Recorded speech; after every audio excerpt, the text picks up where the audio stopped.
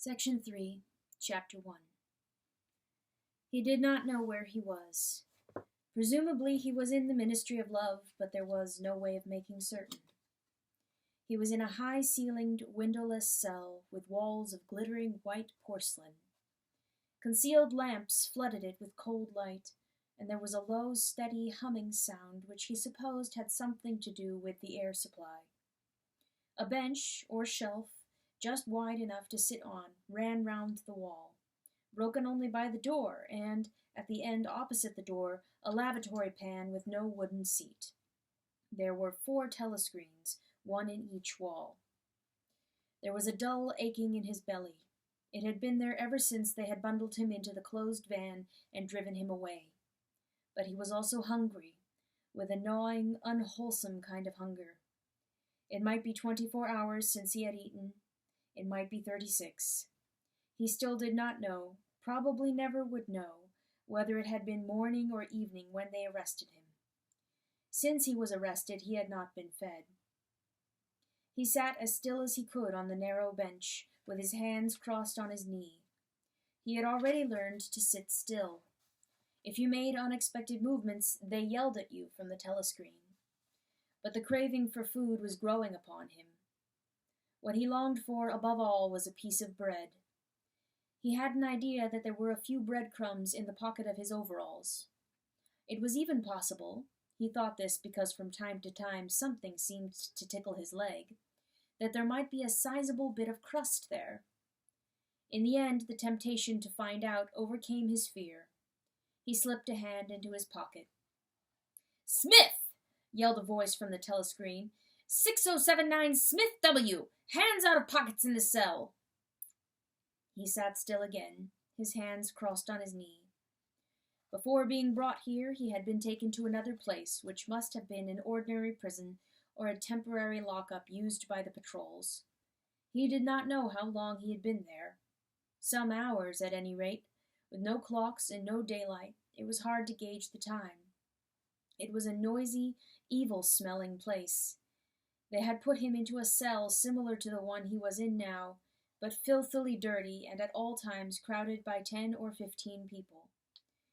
The majority of them were common criminals, but there were a few political prisoners among them. He had sat silent against the wall, jostled by dirty bodies, too preoccupied by fear and the pain in his belly to take much interest in his surroundings, but still noticing the astonishing difference in demeanor between the party prisoners and the others. The party prisoners were always silent and terrified, but the ordinary criminals seemed to care nothing for anybody. They yelled insults at the guards, fought back fiercely when belongings were impounded, wrote obscene words on the floor, ate smuggled food, which they produced from mysterious hiding places in their clothes, and even shouted down the telescreen when it tried to restore order. On the other hand, some of them seemed to be on good terms with the guards, called them by nicknames, and tried to wheedle cigarettes through the spy hole in the door. The guards, too, treated the common criminals with a certain forbearance, even when they had to handle them roughly. There was much talk about the forced labor camps to which most of the prisoners expected to be sent. It was all right in the camps, he gathered, so long as you had good contacts and knew the ropes. There was bribery, favoritism, and racketeering of every kind.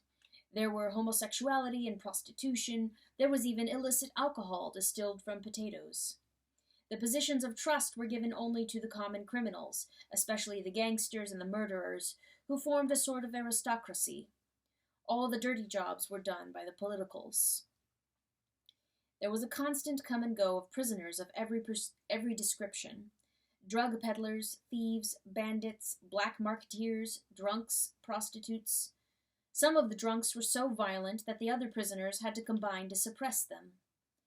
An enormous wreck of a woman, aged about 60, with great tumbling breasts and thick coils of white hair, which had come down in her struggles, was carried in, kicking and shouting, by 4 guards, who had hold of her, one at each corner. They wrenched off the boots with which she had been trying to kick them, and dumped her down across Winston's lap, almost breaking his thigh bones. The woman hoisted herself upright and followed them out with a yell of, "F bastards!" and then noticed that she was sitting on something uneven, and slid off Winston's knees onto the bench. "Beg pardon, dearie," she said. "I wouldn't have sat on you, only the buggers put me there. They don't know how to treat a lady, do they?" She paused, patted her breasts, and belched. "Pardon," she said. "Ain't myself quite." She leaned forward and vomited copiously on the floor. "That's better," she said, leaning back with closed eyes. "Never keep it down, that's what I say. Get it up while it's fresh on your stomach, like." She revived, turned to have another look at Winston, and then seemed immediately to take a fancy to him. She put a vast arm round his shoulder and drew him toward her, breathing beer and vomit into his face. "What's your name, dearie?" she said. "Smith," said Winston. "Smith," said the woman. "That's funny. My name's Smith, too. Why," she added sentimentally, "I might be your mother."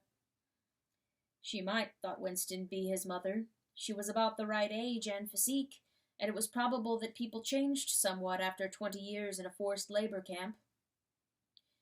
No one else had spoken to him. To a surprising extent, the ordinary criminals ignored the party prisoners. The Pullets, they called them, with a sort of uninterested contempt. The party prisoners seemed terrified of speaking to anybody, and above all of speaking to one another. Only once, when two party members, both women, were pressed close together on the bench, he overheard, amid the din of voices, a few hurriedly whispered words, and in particular a reference to something called Room 101, which he did not understand. It might be 2 or 3 hours ago that they had brought him here. The dull pain in his belly never went away, but sometimes it grew better and sometimes worse, and his thoughts expanded or contracted accordingly. When it grew worse, he thought only of the pain itself and of his desire for food. When it grew better, panic took hold of him. There were moments when he foresaw the things that would happen to him with such actuality that his heart galloped and his breath stopped. He felt the smash of truncheons on his elbows and iron-shod boots on his shins. He saw himself groveling on the floor, screaming for mercy through broken teeth. He hardly thought of Julia. He could not fix his mind on her. He loved her and would not betray her, but that was only a fact, known as he knew the rules of arithmetic. He felt no love for her, and he hardly even wondered what was happening to her. He thought oftener of O'Brien, with a flickering hope. O'Brien must know that he had been arrested. The Brotherhood, he had said, never tried to save its members, but there was the razor blade. They would send the razor blade if they could. There would be perhaps 5 seconds before the guards could rush into the cell. The blade would bite into him with a sort of burning coldness, and even the fingers that held it would be cut to the bone. Everything came back to his sick body, which shrank trembling from the smallest pain. He was not certain that he would use the razor blade, even if he got the chance. It was more natural to exist from moment to moment, accepting another 10 minutes' life, even with the certainty that there was torture at the end of it. Sometimes he tried to calculate the number of porcelain bricks in the walls of the cell. It should have been easy, but he always lost count at some point or another. More often he wondered where he was, and what time of day it was. At one moment he felt certain that it was broad daylight outside, and at the next equally certain that it was pitch darkness. In this place, he knew instinctively, the lights would never be turned out. It was the place with no darkness.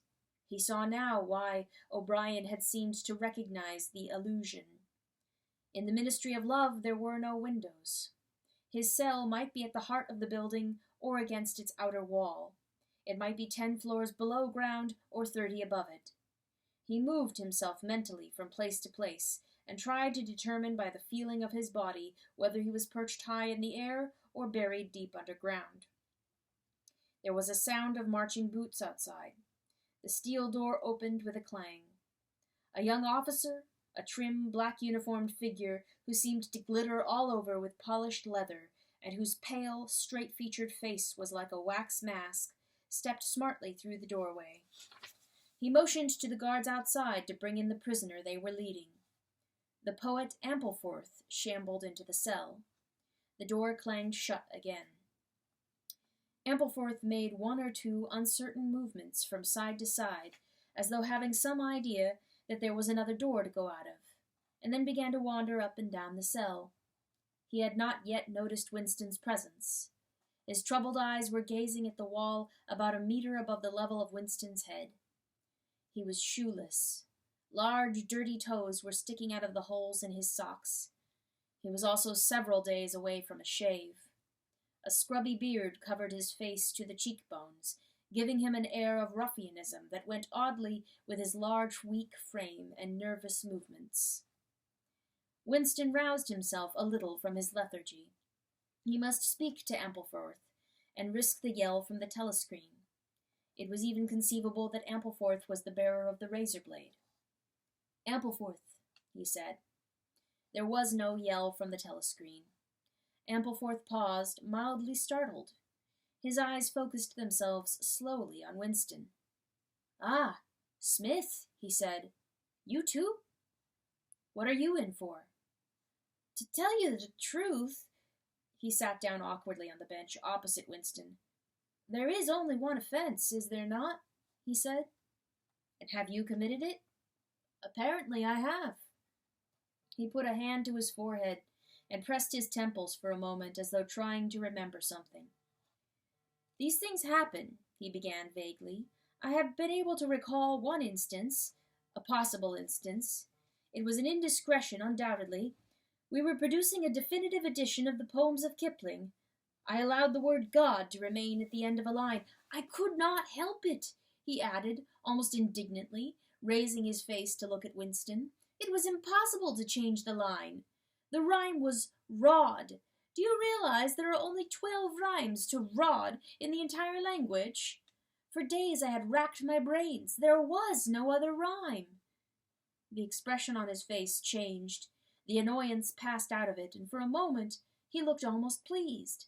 A sort of intellectual warmth, the joy of the pedant who has found out some useless fact, shone through the dirt and scrubby hair. "Has it ever occurred to you," he said, "that the whole history of English poetry has been determined by the fact that the English language lacks rhymes?" No, that particular thought had never occurred to Winston, nor in the circumstances did it strike him as very important or interesting. "Do you know what time of day it is?" he said. Ampleforth looked startled again. "I'd hardly thought about it. They arrested me, it could be 2 days ago, perhaps 3. His eyes flitted round the walls, as though he half expected to find a window somewhere. "There is no difference between night and day in this place. I do not see how one can calculate the time." They talked desultorily for some minutes. Then, without apparent reason, a yell from the telescreen bade them be silent. Winston sat quietly, his hands crossed. Ampleforth, too large to sit in comfort on the narrow bench, fidgeted from side to side, clasping his lank hands first round one knee, then round the other. The telescreen barked at him to keep still. Time passed. 20 minutes? An hour? It was difficult to judge. Once more there was a sound of boots outside. Winston's entrails contracted. Soon, very soon, perhaps in 5 minutes, perhaps now, the tramp of boots would mean that his own turn had come. The door opened. The cold-faced young officer stepped into the cell. With a brief movement of the hand, he indicated Ampleforth. "Room 101, he said. Ampleforth marched clumsily out between the guards, his face vaguely perturbed, but uncomprehending. What seemed like a long time passed. The pain in Winston's belly had revived. His mind sagged round and round on the same track, like a ball falling again and again into the same series of slots. He had only 6 thoughts: the pain in his belly, a piece of bread, the blood and the screaming, O'Brien, Julia, the razor blade. There was another spasm in his entrails. The heavy boots were approaching. As the door opened, the wave of air that it created brought in a powerful smell of cold sweat. Parsons walked into the cell. He was wearing khaki shorts and a sports shirt. This time Winston was startled startled into self-forgetfulness. "You here!" he said. Parsons gave Winston a glance in which there was neither interest or surprise, but only misery. He began walking jerkily up and down, evidently unable to keep still. Each time he straightened his pudgy knees, it was apparent that they were trembling. His eyes had a wide-open, staring look, as though he could not prevent himself from gazing at something in the middle distance. "What are you in for?" said Winston. "Thought crime," said Parsons, almost blubbering. The tone of his voice implied at once a complete admission of his guilt and a sort of incredulous horror that such a word could be applied to himself. He paused opposite Winston and began eagerly appealing to him. "You don't think they'll shoot me, do you, old chap? They don't shoot you if you haven't actually done anything. Only thoughts, which you can't help. I know they give you a fair hearing. Oh, I trust them for that. They'll know my record, won't they? You know what kind of chap I was. Not a bad chap in my way. Not brainy, of course, but keen. I tried to do my best for the party, didn't I? I'll get off with 5 years, don't you think? Or even 10 years. A chap like me could make himself pretty useful in a labor camp. They wouldn't shoot me for going off the rails just once." "Are you guilty?" said Winston. "Of course I'm guilty," cried Parsons with a servile glance at the telescreen. "You don't think the party would arrest an innocent man, do you?" His frog-like face grew calmer, and even took on a slightly sanctimonious expression. "Thought crime is a dreadful thing, old man," he said sententiously. "It's insidious. It can get hold of you without your even knowing it. Do you know how it got hold of me? In my sleep. Yes, that's a fact. There I was, working away, trying to do my bit. Never knew I had any bad stuff in my mind at all. And then I started talking in my sleep. Do you know what they heard me saying?" He sank his voice, like someone who is obliged for medical reasons to utter an obscenity. "Down with Big Brother." "Yes, I said that. Said it over and over again, it seems. Between you and me, old man, I'm glad they got me before it went any further. Do you know what I'm going to say to them when I go up before the tribunal? 'Thank you,' I'm going to say. 'Thank you for saving me before it was too late.'" "Who denounced you?" said Winston. "That was my little daughter," said Parsons with a sort of doleful pride. "She listened at the keyhole, heard what I was saying, and nipped off to the patrols the very next day. Pretty smart for a nipper of 7, eh? I don't bear her any grudge for it. In fact, I'm proud of her. It shows I brought her up in the right spirit, anyway." He made a few more jerky movements up and down, several times casting a longing glance at the lavatory pan. Then he suddenly ripped down his shorts. "Excuse me, old man," he said. "I can't help it. It's the waiting." He plumped his large posterior onto the lavatory pan. Winston covered his face with his hands. "Smith!" yelled the voice from the telescreen. 6079 Smith W! Uncover your face! No faces covered in the cells!" Winston uncovered his face. Parsons used the lavatory, loudly and abundantly. It then turned out that the plug was defective, and the cells stank abominably for hours afterward. Parsons was removed. More prisoners came and went mysteriously. One, a woman, was consigned to room 101, and Winston noticed seemed to shrivel and turn a different color when she heard the words. A time came when, if it had been morning when he was brought here, it would be afternoon, or if it had been afternoon, then it would be midnight. There were 6 prisoners in the cell, men and women. All sat very still. Opposite Winston there sat a man with a chinless, toothy face, exactly like that of some large, harmless rodent. His fat, mottled cheeks were so pouched at the bottom that it was difficult not to believe that he had little stores of food tucked away there. His pale gray eyes flitted timorously from face to face, and turned quickly away again when he caught anyone's eye. The door opened, and another prisoner was brought in, whose appearance sent a momentary chill through Winston. He was a commonplace, mean-looking man who might have been an engineer or technician of some kind, but what was startling was the emaciation of his face. It was like a skull. Because of its thinness, the mouth and eyes looked disproportionately large, and the eyes seemed filled with a murderous, unappeasable hatred of somebody or something. The man sat down on the bench, at a little distance from Winston. Winston did not look at him again, but the tormented, skull-like face was as vivid in his mind as though it had been straight in front of his eyes. Suddenly he realized what was the matter. The man was dying of starvation. The same thought seemed to occur almost simultaneously to everyone in the cell. There was a very faint stirring all the way round the bench. The eyes of the chinless man kept flitting toward the skull-faced man, then turning guiltily away, then being dragged back by an irresistible attraction. Presently he began to fidget on his seat. At last he stood up, waddled clumsily across the cell, dug down into the pocket of his overalls, and, with an abashed air, held out a grimy piece of bread to the skull-faced man. There was a furious, deafening roar from the telescreen.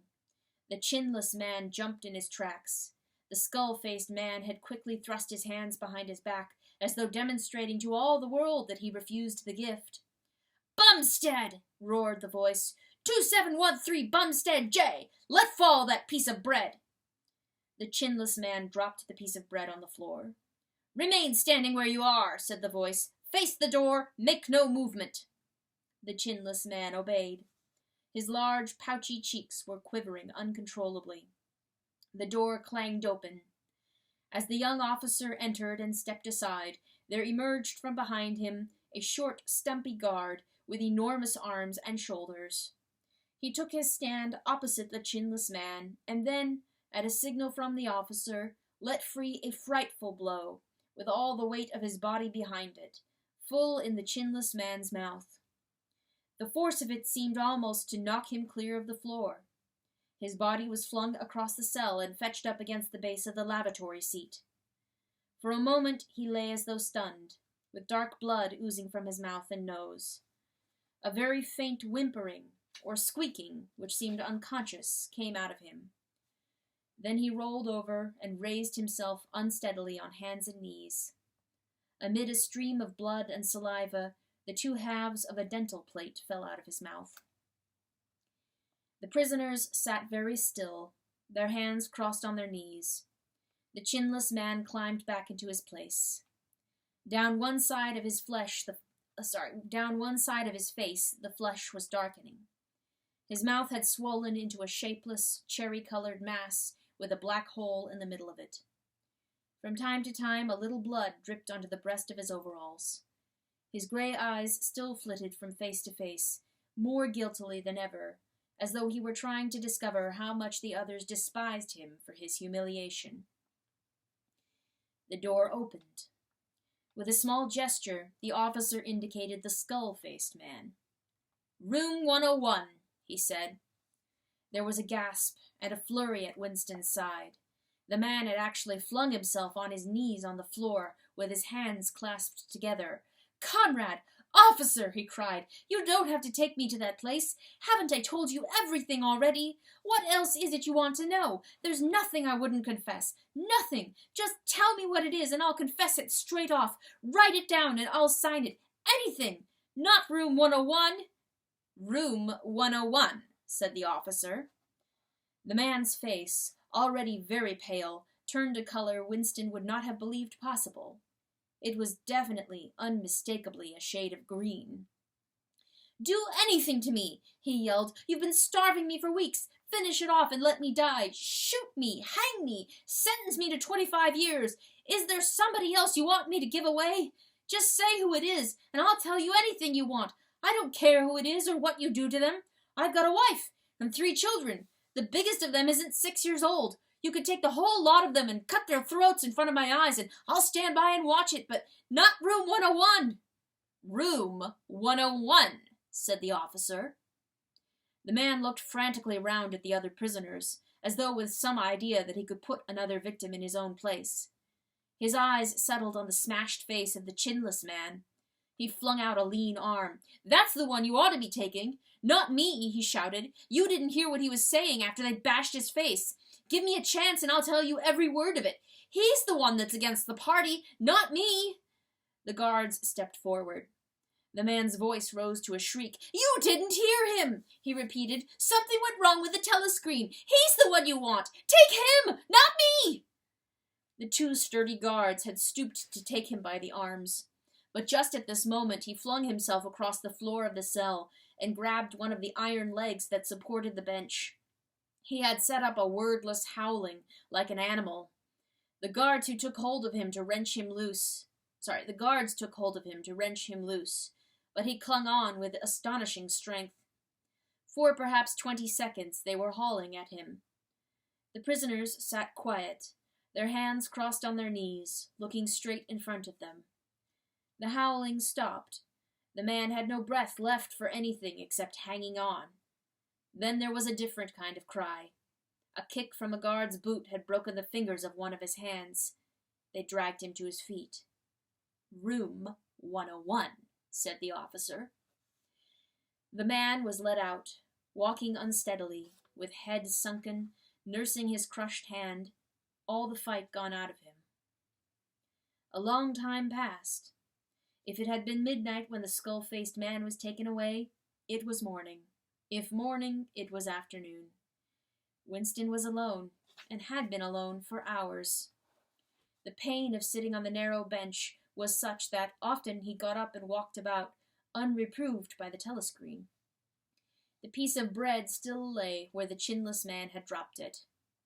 At the beginning it needed a hard effort not to look at it, but presently hunger gave way to thirst. His mouth was sticky and evil-tasting. The humming sound and the unvarying white light induced a sort of faintness, an empty feeling inside his head. He would get up because the ache in his bones was no longer bearable, and then would sit down again almost at once because he was too dizzy to make sure of staying on his feet. Whenever his physical sensations were a little under control, the terror returned. Sometimes, with a fading hope, he thought of O'Brien and the razor blade. It was thinkable that the razor blade might arrive concealed in his food, if he were ever fed. More dimly he thought of Julia. Somewhere or other she was suffering, perhaps far worse than he. She might be screaming with pain at this moment. He thought, if I could save Julia by doubling my own pain, would I do it? Yes, I would. But that was merely an intellectual decision, taken because he knew that he ought to take it. He did not feel it. In this place you could not feel anything except pain and the foreknowledge of pain. Besides, was it possible, when you were actually suffering it, to wish for any reason whatever that your own pain should increase? But that question was not answerable yet. The boots were approaching again. The door opened. O'Brien came in. Winston started to his feet. The shock of the sight had driven all caution out of him. For the first time in many years he forgot the presence of the telescreen. "They've got you too!" he cried. "They got me a long time ago," said O'Brien, with a mild, almost regretful irony. He stepped aside. From behind him there emerged a broad-chested guard with a long black truncheon in his hand. "You knew this, Winston," said O'Brien. "Don't deceive yourself. You did know it. You have always known it." Yes, he saw that now. He had always known it, but there was no time to think of that. All he had eyes for was the truncheon in the guard's hand. It might fall anywhere, on the crown, on the tip of the ear, or the upper arm, on the elbow. The elbow. He had slumped to his knees, almost paralyzed, clasping the stricken elbow with his other hand. Everything had exploded into yellow light. Inconceivable, inconceivable that one blow could cause such pain. The light cleared, and he could see the other two looking down at him. The guard was laughing at his contortions. One question, at any rate, was answered. Never, for any reason on earth, could you wish for an increase of pain. Of pain you could wish only one thing, that it should stop. Nothing in the world was so bad as physical pain. In the face of pain, there are no heroes, he thought, over and over as he writhed on the floor, clutching uselessly at his disabled left arm.